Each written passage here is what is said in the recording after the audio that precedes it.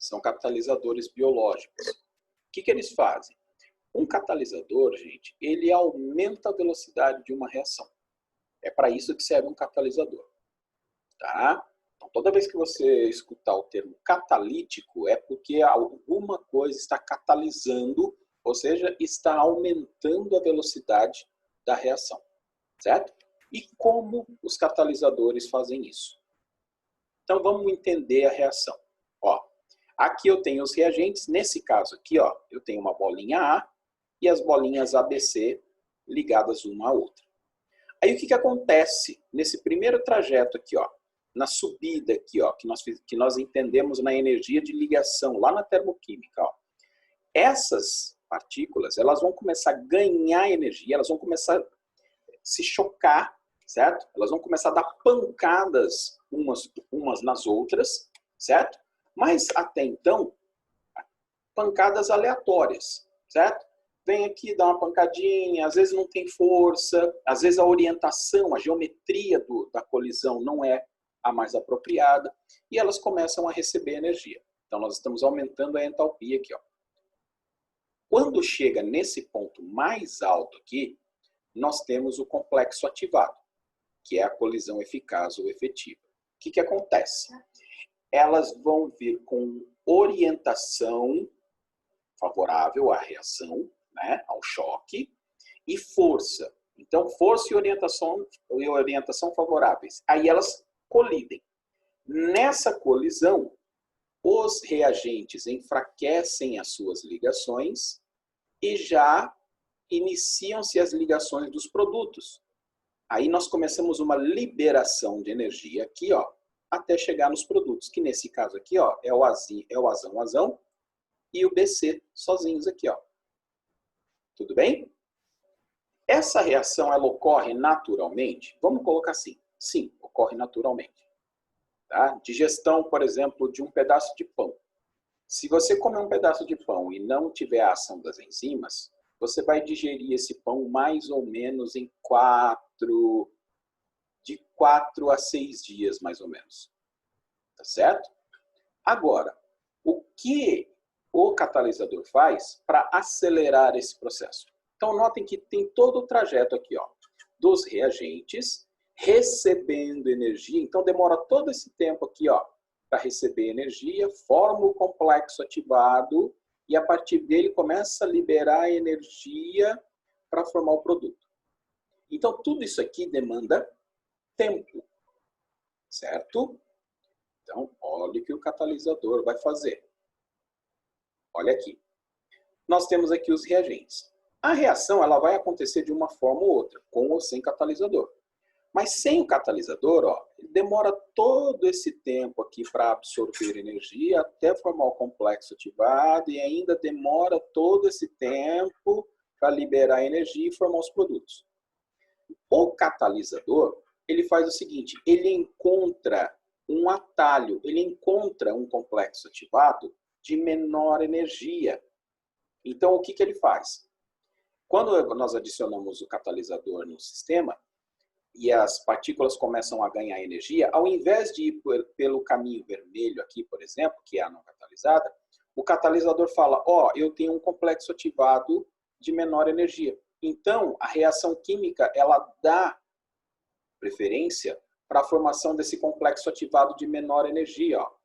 Então, o tempo que eu demorava para formar o complexo ativado na primeira reação, ele é muito maior do que o tempo que eu demoro para formar o complexo ativado na segunda reação aqui, na catalisada.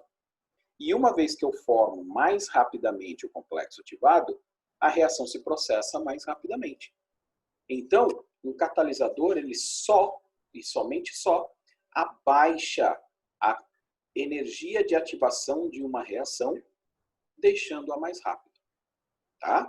Só que aí tem um detalhe. Notem que aqui, ó, eu vou ter um ΔH, certo? Ó, a diferença entre produtos e reagentes. E o catalisador não interfere nessa energia, certo? A reação com ou sem catalisador vai ter o mesmo valor de ΔH. E nós temos dois sentidos de reação. Da esquerda para direita, nós temos a reação direta. E da direita para a esquerda, nós temos a reação inversa. Tá? O catalisador, ele atua nos dois sentidos. Numa reação irreversível apenas na reação direta e numa reação reversível tanto na direta quanto na inversa, que é o nosso assunto pós-cinética química. Ok? E agora nós vamos falar um pouquinho sobre aquela variação da concentração dos reagentes. Ou seja, o que acontece com o aumento da concentração dos reagentes. Certo? Então, como termo genérico, a gente pode falar assim, que se você aumenta a quantidade de reagente, você está aumentando a velocidade da reação. Certo? A intensidade da reação está sendo aumentada. Tá? Então, por exemplo, se não tivesse vento agora lá no Pantanal e na Amazônia, nós não teríamos tanto problema. Por quê? Porque a quantidade de oxigênio ela ia ficar mais controlada, ok? E a queima ia se processar com uma velocidade. Mas a partir do momento que você joga um monte de oxigênio em cima da chama, ou seja, o oxigênio é o gás comburente, aquele que mantém a chama ou alimenta a chama, você faz com que essa chama fique mais viva, fique maior, vamos colocar assim, porque a velocidade da reação está sendo maior. E agora o que nós vamos fazer? Nós vamos estudar um negócio chamado lei de velocidade, onde nós vamos ver o que cada reagente vai fazer dentro da velocidade. O que cada reagente, ou como cada reagente, interfere na velocidade da reação. Essa, pessoal, é a parte mais importante da cinética química. Tá certo? Então, vamos lá. Aqui, nós temos, lembrando só, que quando nós falamos de velocidade, né, a partir de agora, aliás, nós vamos falar sobre reagentes. Então, é só consumo consumo do reagente A, consumo do reagente B, consumo do reagente C, é velocidade de consumo. Tá certo? As medições elas são feitas primariamente com os reagentes. Então, quanto eu consigo consumir daquele reagente e em quanto tempo? Certo? E por ser, então, essa análise primária ser do reagente, é que nós vamos aqui na lei de velocidade trabalhar apenas com eles. Por quê? Sabendo como cada reagente é consumido, eu consigo determinar uma equação onde eu posso prever qual vai ser a ação daquele reagente se eu aumentar ou diminuir na velocidade da minha reação. Ok? Então, ó, a lei de velocidade, nós colocamos dessa maneira aqui, ó. V é igual a K vezes, então V é a velocidade da reação, K é uma constante de velocidade. O que essa constante de velocidade ela indica para a gente? Ela indica assim, que se aquela reação for feita na temperatura em que o K foi calculado, eu posso usar esse K para calcular qualquer quantidade de A e B, ou para qualquer quantidade variável de A e de B, dos reagentes aqui. Tá? Esse colchete A e colchete B correspondem às concentrações em mol por litro dos reagentes. Esse alfa, que em muitos materiais vem M aqui, ele é a ordem de reação em relação ao reagente A. E esse cara aqui, o beta, que em muitos materiais é N, é a ordem de reação em relação ao reagente B. Então, vamos lá. O que é uma ordem de reação? Então, deixa eu voltar aqui nessa tela com vocês. Vou explicar o que é uma ordem de reação para vocês. Imaginem, por exemplo, eu tenho lá V é igual a K vezes o A elevado a alfa vezes o B elevado a beta. Ou eu posso, ao invés de alfa e beta, chamar de MN. Alguém aí já deve ter visto isso como MN, tá? Tanto faz, são duas incógnitas apenas, tá? Que a gente chama de alfa, beta ou MN, tá? Então, o que é a ordem de reação? O que é o alfa? O alfa, ele é a ordem de reação em relação ao reagente A. Então, ele manda na velocidade da reação quando o reagente A é alterado. Então, vou dar um exemplo para vocês. Imaginem que eu vou dobrar a quantidade do reagente. E vamos supor que a ordem de reação aqui seja 2. Então, a ordem de reação é, ó, V igual a K vezes... Ó, se eu dobrei a quantidade do A e a ordem de reação é 2, 2 ao quadrado dá 4. Então, eu ficaria com 4 vezes a constante de velocidade. Ou seja, a minha velocidade aumenta 4 vezes. Tudo bem? Por quê? Porque qualquer variação que eu tenha dentro desse colchete aqui, ele vai ser elevado ao quadrado. Esse quadrado aqui, ó, é quem manda na velocidade. Vamos supor que eu triplique. Olha aqui, ó. K vezes... Ó, eu vou fazer 3 vezes. Vou triplicar o meu meio reacional. Olha lá, o meu reagente. E a ordem é 2. 3 ao quadrado é 9. Então, a minha velocidade vai aumentar 9 vezes. Isso é uma ordem de reação. Então, esse expoente aqui, ele vai ditar o que vai acontecer com a velocidade. Tá vendo? Ó, eu tripliquei aqui, ele ordena. Então, 3 ao quadrado são 9. Então, velocidade fica 9 vezes maior. Aqui, dobrou? Então, 2 ao quadrado, 4. Velocidade fica 4 vezes maior.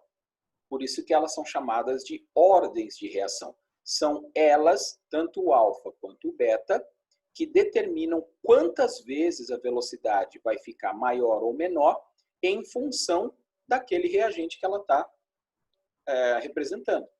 Então, o alfa é a ordem de reação em relação ao A. Então, qualquer alteração que eu fizer com o A, eu vou elevar a um certo expoente, que nós vamos determinar daqui a pouco. E o beta, ele vai mandar só que em relação ao reagente B. Então, qualquer variação do B, elevado ao número que nós vamos encontrar, vai falar para a velocidade, fica tantas vezes maior. Eu posso variar os dois ao mesmo tempo? Posso. Certo? Para encontrar esses coeficientes aqui, ó, essas ordens de reação, eu tenho que variar apenas um por vez.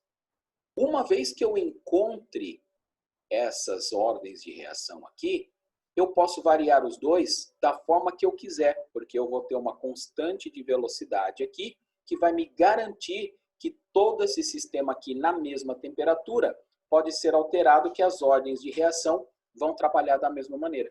Se eu variar a temperatura, eu já não consigo isso. Ok? Então agora, o que nós vamos fazer? Nós vamos ver o que são essas ordens de reação. Como que a gente determina. Ok? Então vamos lá. Nós temos reações que nós chamamos de elementares dentro da química. O que são reações elementares? É aquela que ocorre numa única etapa. Tipo assim, vou queimar o papel. Então eu vou queimar uma folha de papel. Beleza. Eu pus fogo na folha de papel. Ele vai queimar todo o papel. Aquele fogo vai consumir todo o papel. Vai liberar uma fumaceira violenta. Aí depois vão sobrar cinzas e grande parte dos compostos foi embora para a atmosfera na forma de fumaça. Tá certo?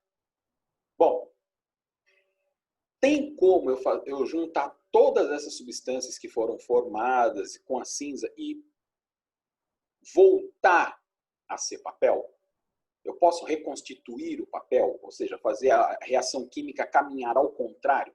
Os produtos reagirem para dar origem aos reagentes? Nesse caso, não. Mas em muitas reações nós conseguimos, que são os chamados sistemas reversíveis. Tá? Mas, E eu não preciso de várias etapas. Eu não preciso, por exemplo, de uma etapa para formar o oxigênio, para que esse oxigênio depois reaja com o papel para formar os produtos finais. Eu não preciso de mais de uma etapa. Já está tudo pronto. Só deixei os caras reagindo e eles foram e formaram o que tinha que formar. Então, nós chamamos essas reações de reações elementares, tá? Que ocorrem em uma única etapa, uma vez só. E eu coloquei aqui o mesmo exemplo anterior. Ó, Azinho, Azão, mais Bzinho, Bzão, flecha formando o produto Czinho, Czão, mais o Dzinho, Dzão. Ok. Quando as reações forem elementares, ou seja, quando elas ocorrerem em uma única etapa, as ordens de reação, aqueles expoentes dos reagentes, vão ser o balanceamento, ou os balanceamentos dos dois. Então, olha só, eu vou fazer V é igual a K vezes o primeiro reagente elevado ao balanceamento dele, vezes, isso aqui é exponencial, então vezes a concentração do reagente B elevado ao balanceamento dele. Então, toda vez que uma reação for elementar, nós vamos ter... Deixa eu voltar aqui, peraí. Toda vez que uma reação for elementar, as ordens de reação, então, corresponderão aos balanceamentos de cada reagente. Certo? O número que vem na frente de cada reagente vai subir como expoente. Essas são as ordens de reação. Ok? Depois, nós temos reações não elementares. São aquelas que ocorrem em mais de uma etapa. Eu preciso formar um cara primeiro, para ele reagir depois e formar outro cara, para esse outro cara finalizar a minha reação. Então, eu vou sempre formando uma substância que vai ser usada em outra parte do processo reacional. Tá? E essas reações, nós temos assim, ó, que nós temos reações rápidas e lentas em processos de mais de uma etapa. Se vocês notarem aqui, ó, eu fiz aqui Azinho, Azão, mais Bzinho, Bzão, flecha Czinho, Czão, mais Dzinho, Dzão. Notem que aqui na de baixo eu peguei o D. Eu precisei, na reação de cima, originar ou formar o produto D, e esse produto D ele vai ser utilizado na reação de baixo. Ó. Esse produto que foi formado aqui, ele vai reagir com o E, vai formar o G e o H. O G é necessário para reagir aqui embaixo com o M e formar o O e o P. Então, notem que sempre um dos produtos, o produto da de cima, é sempre o reagente da de baixo. Olha aqui, ó, um dos reagentes da de baixo. Só que, por exemplo, aqui eu tenho três reações, três etapas de reação. Tá? Eu tenho duas etapas rápidas e eu tenho uma etapa que é a lenta, é a do meio aqui. Pode ser a primeira lenta e as duas seguintes rápidas? Pode. Pode ser as duas primeiras rápidas e a terceira lenta? Pode. Eu posso ter 4 rápidas e uma lenta? Posso. Eu posso ter 6 rápidas e uma lenta? Posso. A lenta pode ser qualquer uma delas, a segunda, a terceira, a quarta, a primeira, a sexta, qualquer uma. Tá? Mas, o que eu quero frisar aqui? Que as reações rápidas, elas têm mais ou menos a mesma velocidade. Então, no mesmo processo reacional, as etapas rápidas têm mais ou menos a mesma velocidade. Então, quem vai mandar na velocidade final do sistema é a etapa lenta. Se as rápidas têm mais ou menos a mesma velocidade, quem manda na velocidade final é a etapa lenta. E foi isso que eu coloquei aqui para vocês. Ó. A etapa que determina a velocidade da reação final é a etapa lenta. Então, o que eu vou fazer aqui? Eu escolho a etapa, vejo qual é a etapa lenta, aí surge aquela pergunta, e isso é comum acontecer. Professor, eu preciso saber qual é a etapa lenta e qual é a etapa rápida? Não. O exercício vai te fornecer quem é rápido e quem é lento. certo? Ele vai te informar quais são as reações rápidas ou as etapas rápidas e qual é a etapa lenta, tá? Aí você vai pegar a etapa lenta, certo? Os reagentes da etapa lenta, então, ó, o Dzão vezes o Ezão, tá vendo aqui, ó? V igual a K vezes Dzão vezes o Ezão. E as ordens de reação vão ser os balanceamentos dos reagentes da etapa lenta. Então, é o Dzão elevado ao Dzinho vezes o Ezão elevado ao Ezinho da etapa lenta. Olha aqui, ó.